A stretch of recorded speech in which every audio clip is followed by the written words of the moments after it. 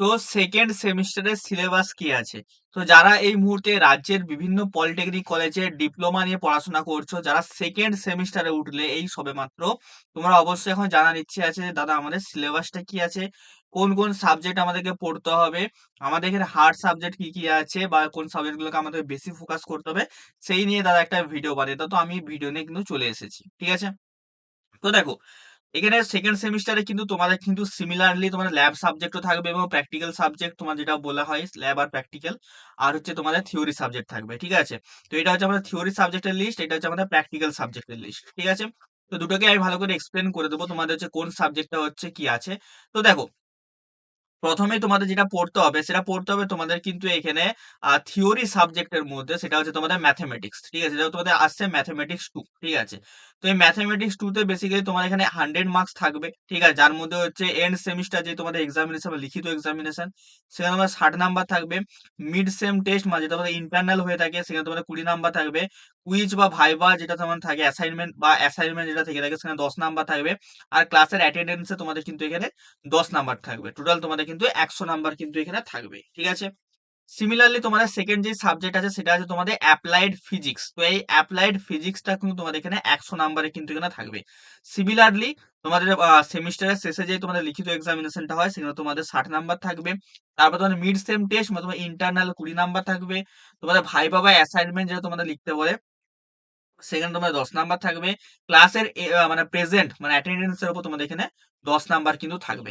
আরেকটা কথা বলে দিই, এই যে পিডিএফটা, এই পুরো পিডিএফটা তোমরা যদি পেতে চাইছো, তাহলে কিন্তু আমাদের টেলিগ্রাম চ্যানেল আছে, ডেসক্রিপশন বক্সে লিংক পেয়ে যাবে বা কমেন্ট বক্সে আমি পিন করে দেবো, সেখানে তোমার লিংক পেয়ে যাবে। তো সেখান থেকে তোমরা কিন্তু ডাউনলোড করতে পারবে। আদারওয়াইজ আমাদের হোয়াটসঅ্যাপ গ্রুপ আছে, সেটারও লিংক আমি ডেসক্রিপশন বক্সে দিয়ে দেবো, সেখান থেকে তোমরা কিন্তু ডাউনলোড কিন্তু করতে পারবে।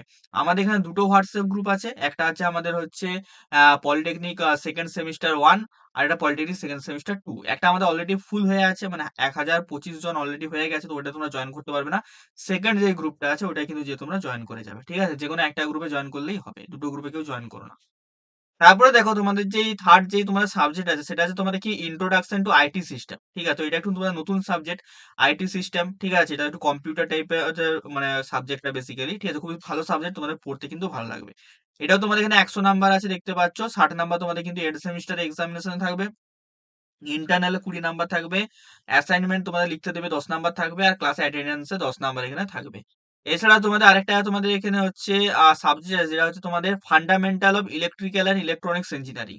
তুমি যেই স্ট্রিমেরই হও না কেন, মেকানিক্যাল, সিভিল, ইলেকট্রিক্যাল বা যে কোনো ইলেকট্রনিক্স যে কোনো হও না কেন, তোমার কিন্তু এই সাবজেক্টটা কিন্তু পড়তেই হবে। এবং তোমরা সবাই জানো সেকেন্ড সেমিস্টারও তোমাদের কিন্তু এখানে কিন্তু সবার কিন্তু সাবজেক্ট কিন্তু সেমই কিন্তু থাকবে, ঠিক আছে? সেকেন্ড সেমিস্টারও কিন্তু কোনো সাবজেক্ট কিন্তু চেঞ্জ হবে না। থার্ড সেমিস্টার থেকে কিন্তু তোমাদের যে যার কিন্তু ডিপার্টমেন্ট কিন্তু আলাদা কিন্তু হয়ে যাবে, ঠিক আছে? তো fundamental of electrical and electronics engineering এর জন্য তোমাদের কিন্তু এখানে 100 নাম্বারই থাকবে, সেম টু সেম। 60 নাম্বার তোমাদের এন্ড সেমিস্টারে এক্সামিনেশনে হবে, 20 নাম্বার তোমাদের ইন্টারনাল, আর হচ্ছে তোমার 10 নাম্বার অ্যাসাইনমেন্ট, আর 10 নাম্বার কিন্তু এখানে ক্লাস অ্যাটেন্ডেন্স কিন্তু এখানে থাকবে, ঠিক আছে? আর তোমাদের লাস্ট যে সাবজেক্টটা যে লিখিত এক্সাম হচ্ছে হবে ইঞ্জিনিয়ারিং মেকানিক্স, ঠিক আছে? ইঞ্জিনিয়ারিং মেকানিক্সটা হচ্ছে কিন্তু তোমাদের হচ্ছে সিভিল এবং ইলেকট্রিক্যালদের জন্য কিন্তু খুবই গুরুত্বপূর্ণ। কারণ তোমরা ভবিষ্যতেও কিন্তু এই সাবজেক্টটা তোমাদের কিন্তু কাজে কিন্তু লাগবে। বাকি এই সাবজেক্ট কিন্তু সবাইকেই পড়তে হবে। বাকি এই সাবজেক্টটা কিন্তু সিভিল এবং ইলেকট্রিক্যালদের হচ্ছে ট্রেডের সাবজেক্ট, ঠিক আছে? যেমন উপরেরটা যে fundamental of electrical and electronics engineering, এটা কিন্তু আমাদের ইলেকট্রিক্যাল এবং ইলেকট্রনিক্স বা টেলিকমিউনিকেশন যাদের আছে তাদের কিন্তু একটা ট্রেডের সাবজেক্ট। সিমিলারলি এই ইঞ্জিনিয়ারিং মেকানিক্সটাও কিন্তু হচ্ছে সিভিল এবং মানে মেকানিক্যালদের কিন্তু একটা সাবজেক্ট, কিন্তু পড়তে হবে সবাইকে, সবাইকেই কিন্তু এগুলো, ঠিক আছে? এগুলো তোমার থিওরি সাবজেক্ট হয়ে গেল। এবার আসছে আমাদের কিন্তু এখানে প্র্যাকটিক্যাল সাবজেক্ট, ঠিক আছে? প্র্যাকটিক্যাল সাবজেক্টের মধ্যে তোমাদের আসবে এখানে হচ্ছে অ্যাপ্লাইড ফিজিক্স ল্যাব আসবে, অ্যাপ্লাইড ফিজিক্স ল্যাব টু, ঠিক আছে? এবারে দেখো, অনেকে এখানে আমাকে বলতে পারো দাদা তুমি বেস্ট বুকের একটা ভিডিও বানাও, ঠিক আছে? তো অবশ্যই এই ভিডিওতে যদি হচ্ছে মিনিমাম 50টা কমেন্ট আসে দাদা বেস্ট বুকের একটা ভিডিও বানিয়ে দাও বা বেস্ট বুকের ভিডিও চাই, এরকম তোমরা যদি কমেন্ট করো তাহলে কিন্তু আমি বানিয়ে দেবো, ঠিক আছে? তো সবাই মিলে একটু কমেন্ট করবে যে দাদা বেস্ট বুকের একটা ভিডিও বানিয়ে দাও। তো বেস্ট বুক তোমরা শুধু এটা লিখে দাও, দাদা বেস্ট বুকের ভিডিও চাই, ঠিক আছে? বেস্ট বুকের ভিডিও একটা চাই, তোমরা এরকম করে একটা কমেন্ট কিন্তু করে দেবে, ঠিক আছে? নেক্সট তোমাদের ল্যাব আছে, সেটা আছে আমাদের introduction to IT system lab, ঠিক আছে? এটা তোমাদের ল্যাব আছে।